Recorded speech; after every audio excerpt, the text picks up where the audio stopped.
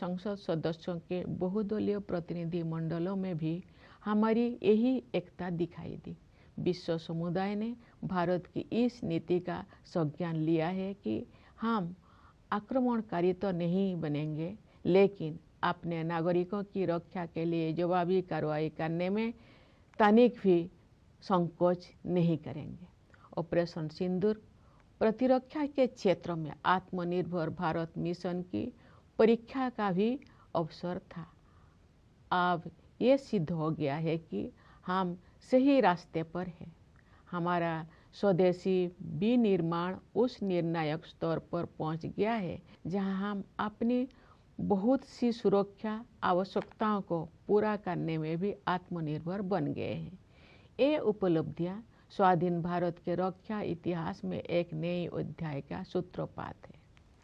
प्यारे देशवासियों, इस अवसर पर मैं आप सभी से ये आग्रह करना चाहती हूँ कि पर्यावरण की रक्षा के लिए आप सब हर संभव प्रयास करें। जलवायु परिवर्तन की चुनौती का सामना करने के लिए हमें अपने आप में भी कुछ परिवर्तन करने होंगे। हमें अपनी आदतें और अपनी विश्व दृष्टि में बदलाव लाना होगा। हमें अपनी धरती, नदियाँ, पहाड़ों, पेड़ पौधे और जीव जंतुओं के साथ अपने संबंधों में भी परिवर्तन करना होगा। हम सब अपने योगदान से एक ऐसे पृथ्वी छोड़कर जाएं जहां जीवन अपने नैसर्गिक रूप में फलता फूलता रहे। प्यारे देशवासियों, हमारी सीमाओं की रक्षा करने वाले सैनिकों, पुलिस तथा केंद्रीय सशस्त्र पुलिस बलों की ओर मेरा ध्यान विशेष रूप से जाता है। मैं न्यायपालिका और सिविल सर्विसेज के सदस्यों को भी अपनी शुभकामनाएं व्यक्त करती हूँ। विदेशों में स्थित भारतीय दूतावासों में कार्यरत भारतीय अधिकारियों और प्रवासी भारतीयों को भी मेरी ओर से स्वाधीनता दिवस की हार्दिक शुभकामनाएं। मैं एक बार फिर आप सभी को स्वाधीनता दिवस की बधाई देती हूँ। धन्यवाद। जय हिंद, जय Bharat.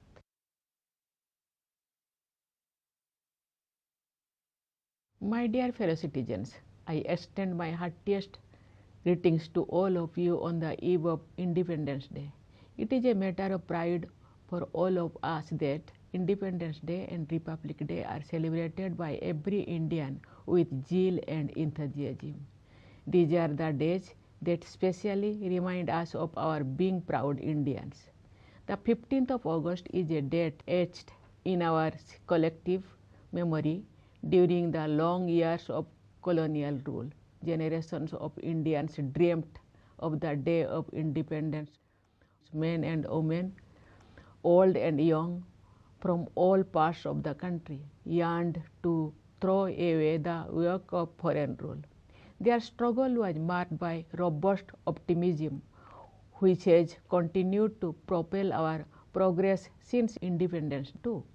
As we salute the tricolor tomorrow, we will also be paying homage to the memory of all freedom fighters whose sacrifices won India independence on the 15th of August 78 years ago. After regaining our freedom, we also became a democracy with universal adult franchise. In other words, we the people of India put the power to shape our destiny in the hands of each of us without any restrictions of gender, religion and other factors that had barred many people from voting in other democracies. In spite of many challenges, the people of India made a successful transition to democracy. The transition was a natural reflection of our ancient democratic ethos. India had the oldest republics in the world. It is rightly acknowledged as the mother of democracy. When we adopted the Constitution, it provided the edifice of democracy. We built democratic institutions that strengthened the practice of democracy. We prize our Constitution and our democracy above everything else. As we look back on the past, we must not forget the pain inflicted by the partition of the country. Today we observe Vibhajan Vibhishika Smriti Divas. terrible violence was witnessed and millions were forced to relocate due to partition. Today, we pay tributes to the victims of the follies of history. Dear fellow citizens, our Constitution contains four values as the four pillars upholding our democracy. They are justice, liberty, equality, and fraternity. These are our civilizational principles that we rediscovered during the freedom struggle. At the heart of them all, I believe, is the notion of human dignity. Every human being is equal and everyone deserves to be treated with dignity. Everyone should have equal access to health care and education. Everyone should have equal opportunity. Those who had been traditionally at a disadvantage needed to be given a helping hand. Keeping these principles foremost in mind, we started a new journey in 1947. After the long years of foreign rule, India was in utter poverty at the time of independence. But in the 78 years since then, we have made extraordinary progress in all fields.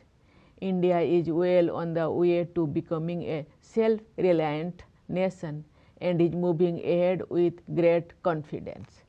In the economic field, our achievements are all the more noticeable. With a GDP growth rate of 6.5% in the last fiscal, India is the fastest growing among the major economies in the world. Even amid stress in the global economy, demand at home is pacing ahead. Inflation has remained under control. Exports are rising. All key indicators show the economic in the peak of health. This is as much due to carefully calibrated reforms and sagacious economic management as due to the hard work and dedication of our workers and farmers. A large number of people have been pulled out of poverty through good governance. The government has been running a series of welfare initiatives for the poor and also for those who have risen above the poverty line but are still vulnerable, so that they do not fall below it again. This is reflected in the rising expenditure on social services. Income inequality is reducing. Regional disparities are also disappearing. The states and regions earlier known for weaker economic performance are now showing their true potential and catching up with the front runners. Our business leaders, small and medium industries and traders have always exhibited a can-do spirit.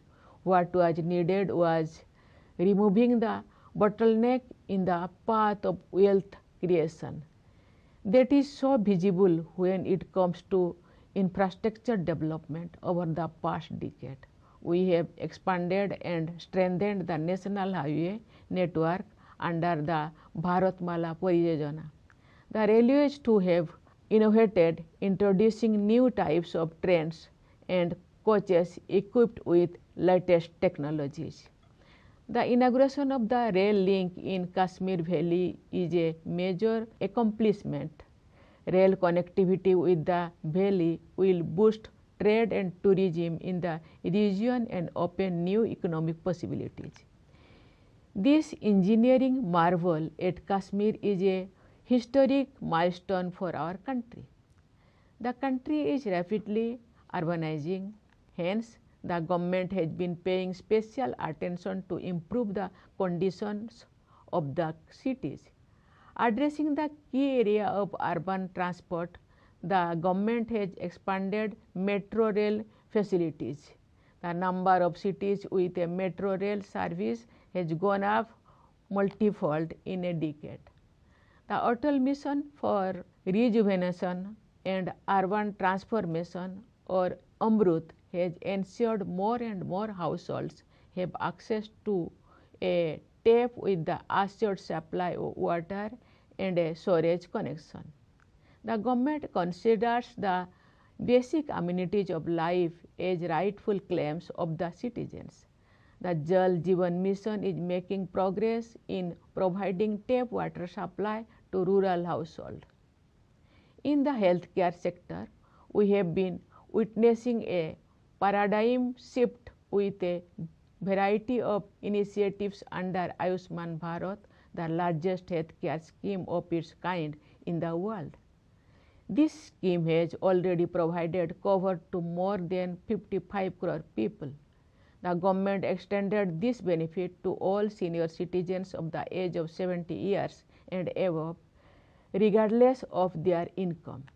As inequalities in access are removed, the poor and the lower middle class also benefit from the best possible healthcare facilities.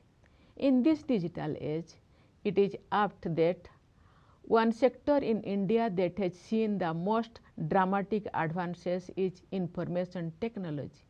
Nearly all villages have 4G mobile connectivity, and the remaining few thousands will be covered soon.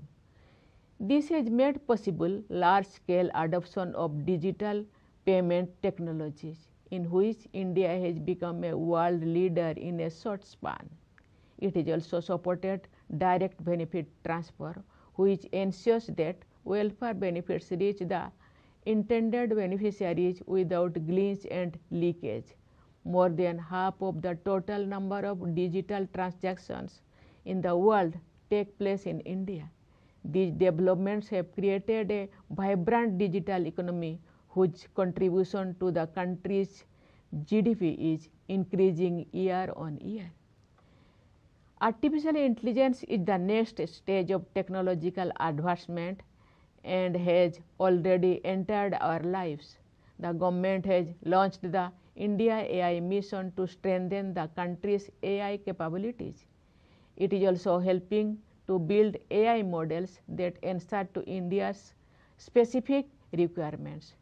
As we aspire to become a global AI hub by 2047, our focus will remain on making the best use of advances in technology for the common people to improve their lives by improving governance. For betterment of the lives of the common people, there is equal emphasis on improving the ease of doing business as well as on improving the ease of living.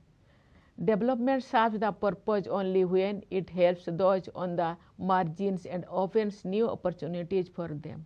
Moreover, we are increasing our self-reliance on every area possible. This has added to our self-confidence and increased the momentum of our journey towards becoming Viksit Bharat. Last week, on August 7, the country celebrated National Handloom Day, which honors our weavers and their products. Since the year 2015, we have been celebrating this day to commemorate the Swadeshi movement, launched during our freedom struggle in the year 1905. The spirit of Swadeshi was strengthened by Mahatma Gandhi to promote the products made by the sweat and toil of Indian artisans and craftspersons and by their incomparable skills. The idea of Swadeshi has been inspiring our national endeavors like Make in India initiative and Atmanirbhar Bharat Abhiyan. Let us resolve to buy and use Indian products. Dear fellow citizens, the all-round economic growth complemented by social sector initiatives has placed India well on the path of becoming a developed economy by 2047.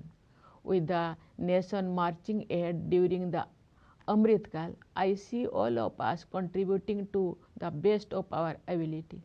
I believe there are three sections of society that will lead us on this path: youth, women, and the communities that had for long remained on the margins. Our youth have finally found the right environment for the realization of their dreams. The national education policy has brought in far-reaching changes, aligning learning with values and skills with tradition. Employment opportunities are booming. For those with entrepreneurial aspirations, the government has created the most conducive ecosystem. Fueled by young minds, our space program has witnessed unprecedented expansion. I am sure that Subhangshu Sukla's space journey to the International Space Station has fired a whole generation to dream bigger. It will prove extremely helpful for India's upcoming human space flight program Gaganyaan. Brimming with a new confidence, our youth are making a mark in sports and games. Chess, for example, is now dominated by India's youngsters like never before. We foresee transformative changes which will establish India as a global sporting powerhouse under the vision contained in the National Sports Policy 2025. Our daughters are our pride. They are bridging barriers in every field, including in the areas of defense and security. Sports are among important indicators of excellence, empowerment, and potential.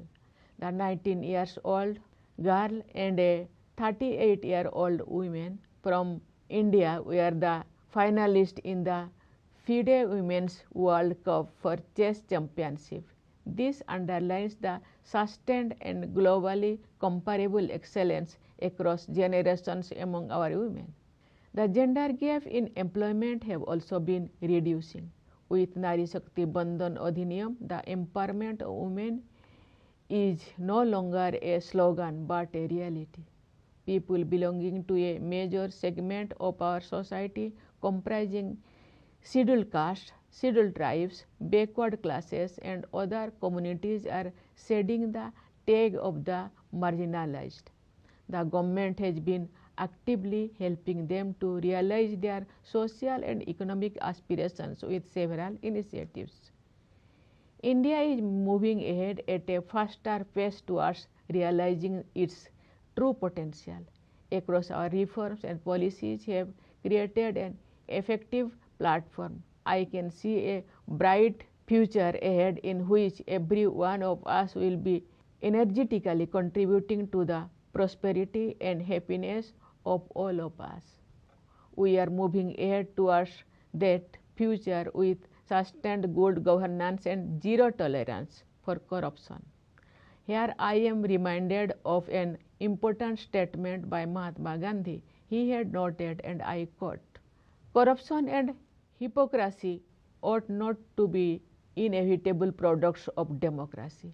Let us pledge to realize Gandhiji's ideal and weed out corruption. Dear fellow citizens, this year we had to face the scourge of terrorism. Killing innocent citizens on holiday in Kashmir was cowardly and utterly inhuman. India responded in a decisive manner and with steely resolve. Operation Sindoor showed that our armed forces are prepared to meet any eventuality when it comes to guarding the nation. With strategic clarity and technical capability, they destroyed terrorist hubs across the border.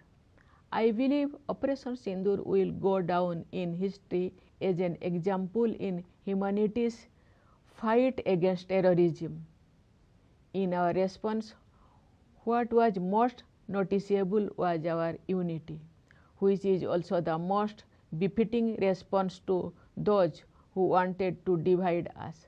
Our unity was on display also in the multi-party delegations of the members of parliament that reached out to various nations to explain India's position. The world has taken note of India's stance that we will not be the aggressor, but we will not hesitate to retaliate in defense of our citizens. Operation Sindoor was also a test case of the Atmanirbhar Bharat mission in the defense sector. The outcome has proved that we are on the right path. Our indigenous manufacturing has achieved the critical level that makes us self-sufficient in meeting many of our security requirements.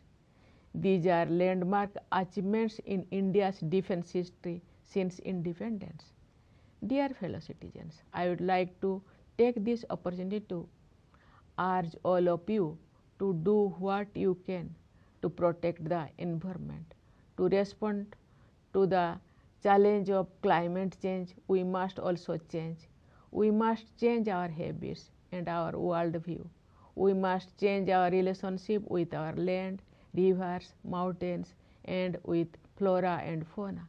With contribution from all of us, we will leave behind a planet in which life will be flourishing in natural order.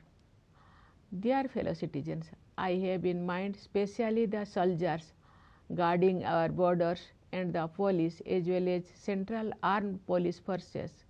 I extend my greetings to the members of the judiciary and the civil services. My Independence Day greetings to the Indian officials in the missions abroad and also to the Indian diaspora. I once again extend my greetings for Independence Day. Thank you. Jai Hind, Jai Bharat.